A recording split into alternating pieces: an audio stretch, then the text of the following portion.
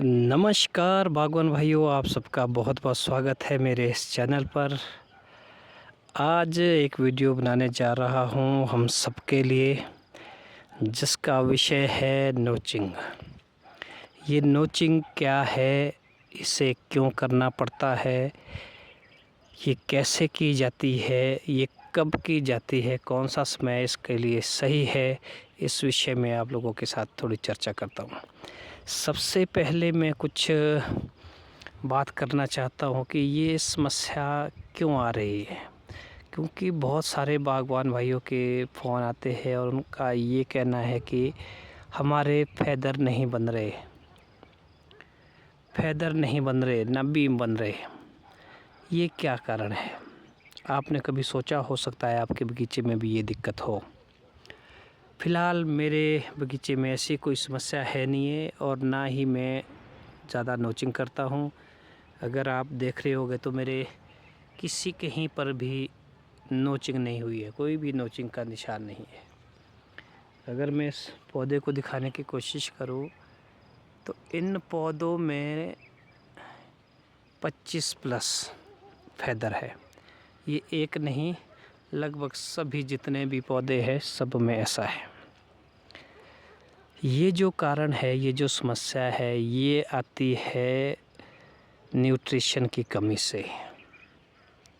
अगर हमारे बगीचे में न्यूट्रिशन की कमी है, हमारी इस ज़मीन में न्यूट्रिशन की कमी है, तो पौधा ये आंखें नहीं खोल पाता, क्योंकि उसके पास इतनी ताकत ही नहीं है और ना ही मिट्टी उसे इतनी ताकत दे पा रही है कि वो आँखों को खोल पाए।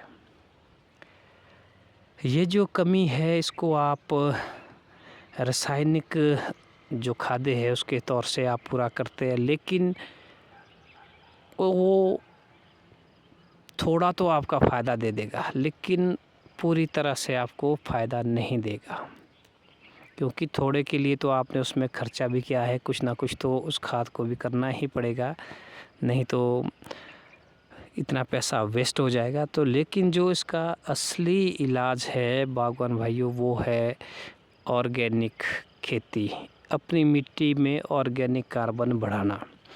अगर आपकी मिट्टी में ऑर्गेनिक कार्बन अच्छा है तो हर आँख खुलती है, परे काटनी पड़ती है बागवान भाई। मैंने बहुत सारे ऐसी ब्रांचें जो स्टब की है जिसके मुझे कोई फ़ायदा ही नहीं है। अगर मैं दिखाऊं तो ये देखो, ये काटी हुई है, 1 2, इधर देखो 3 4 5 6, कम से कम 10-12 ब्रांचें ऐसी है जो मैंने रखी नहीं है 25 ब्रांचों के बाद। तो नोचिंग क्या है, कैसे करें नोचिंग को? नोचिंग करने के लिए आपको सबसे पहले इस तरह का एक हेक्सा ब्लेड लानी पड़ेगी। एक ना लाए आप, 2 लाए, एक लाए उसको तोड़ के 2 पीस करें, क्योंकि थोड़ा मोटा हम जो इसका इस तरह का निशान होना ज़रूरी है। और जैसी ये आँख है, इस आँख के ठीक पीछे आपने इस तरह का कट मारना है। ये कट, ये वाला कट, जब आपका ये वाला कट लग जाएगा तो यहाँ से आपकी आँख खुल जाएगी। वो तभी ही है पॉसिबल अगर आपके इन पौधों में ठीक न्यूट्रिशन है। अगर आपके नहीं है तो ये नहीं खुलेगी, आप जैसे मर्जी कट मार दो। एक और तरीका है बागवान भाइयों उसके लिए, वो तरीका है पीजीआर का। पीजीआर से भी कई लोग ये काम करते हैं, इसकी आँखें खोलने का काम करते हैं। तो पीजीआर को किसी पेस्ट के साथ मिला करके इन आँखों के ऊपर लगाते हैं। इन आँखों के ऊपर लगाएंगे तो ये आँखें खुल जाएगी, ऐसा भी सुना है, कई जगह देखा भी है, लेकिन मैं तो नहीं करता, मेरे तो ऐसी कोई दिक्कत नहीं है। लेकिन आप लोगों की अगर ये समस्या है तो आप उसको भी ट्राई कर सकते हैं। तो एक और आपने बात ध्यान रखनी है, सबसे पहले अगर आप इस तरह का ये हेक्सा ब्लेड लाते हैं तो उसको पीछे से ज़रूर एक ऐसे लिफाफे से किसी भी चीज़ से बांधे, ताकि आपका हाथ ना कटे, क्योंकि आपने काम करना है तो अपने अभी आपने ख्याल ज़रूर रखना है।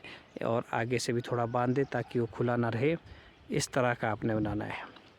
और नंबर 2 सबसे ज़रूरी चीज़ जो मैं आप लोगों के लिए कहना चाहता हूँ, जितने भी बागवान भाई है, कि ये लापरवाही आप कभी ना करें, नहीं तो आपको बहुत पछताना पड़ेगा।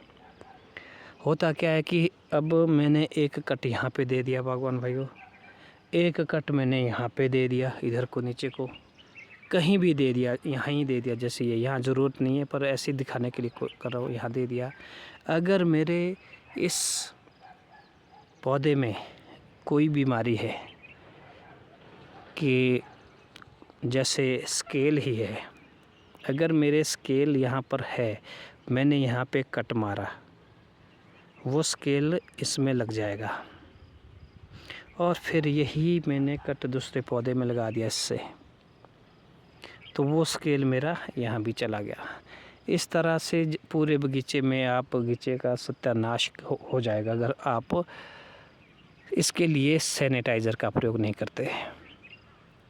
आपको ज़रूरत है एक सैनिटाइज़र की। सैनिटाइज़र बाज़ार में मिलते हैं, अगर आपको नहीं मिलता है तो आप शराब का प्रयोग कर सकते हैं, लेकिन उसको पिएगा मत। आप उसको उसमें अपनी ये जो हेक्साब्लेड है उसको डिप करें और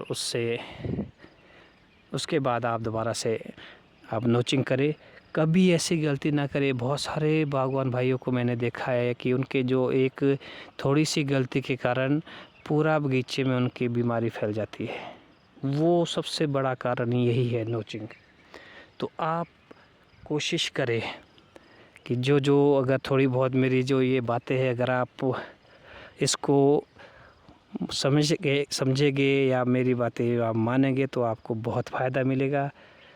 आपका ज़रूर आप अपने, एक बार फिर से कहूँगा कि मिट्टी में आप कोशिश करें कि इसको ऑर्गेनिक रखें। इसमें जीवामृत डालें, ह्यूमिक एसिड डालें, शटरस डालें, मीठा जैव रसायन डालें, कड़वा जैव रसायन डालें। ये बिल्कुल मामूली से खर्चे में बनने वाली चीज़ है, जिसमें हमारा नाम का खर्चा होता है, क्योंकि और इस रासायनिक खाद हो या स्प्रे में तो हमारा बहुत ज़्यादा खर्चा आ जाता है, लेकिन इसमें कोई खर्चा नहीं आता। अगर मैं आपको यहाँ दिखा दूँ, अभी आज तारीख है 27 मार्च, ये देखो पत्ता, इतना चौड़ा पत्ता बन गया है।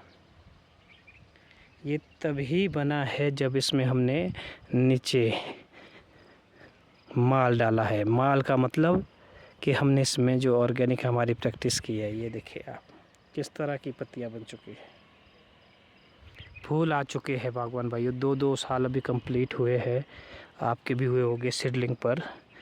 तो ये देखो आप 2-2 साल के पौधे हैं और इतना अच्छा इसका रिज़ल्ट है। तो बागवान भाइयों, मिलते हैं किसी और वीडियो के साथ। तब तक आप सभी बागवान भाइयों को मेरा प्यार भरा नमस्कार।